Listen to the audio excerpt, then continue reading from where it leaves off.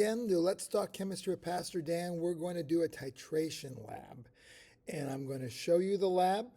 I'm going to show you the process of titration. Then I'm going to give you a set of data that if you don't have a chance to do it or I can't come out and meet with you, we can just record that and start the information. So here is the titration lab. Well, let me slide this out of the way so I'm not in the way.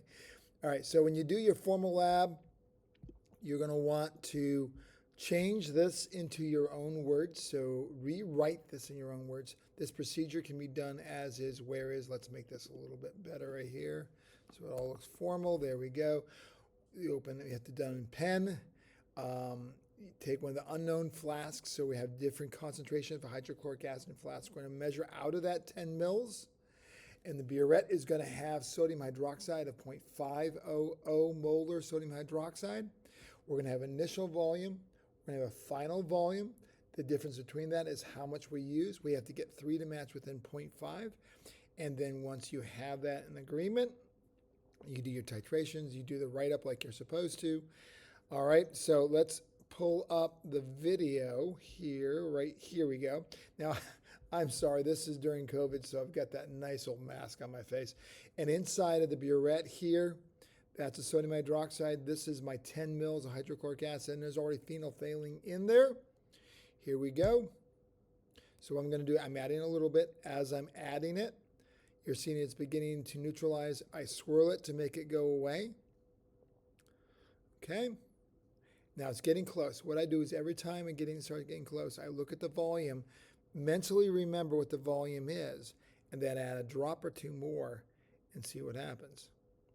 We're trying to get to a nice pink color. Oop, that might be a little, oh, thank you. Thank you, Lord. Thank you, Lord. That was a little bit much there. I'm checking each time. Add a drop. Go, swirl, swirl, swirl. Okay. Ooh, yep, that's the pink color we want right there. That's the pink color we're looking for. That's the volume. I look at the volume. I determine the exact volume.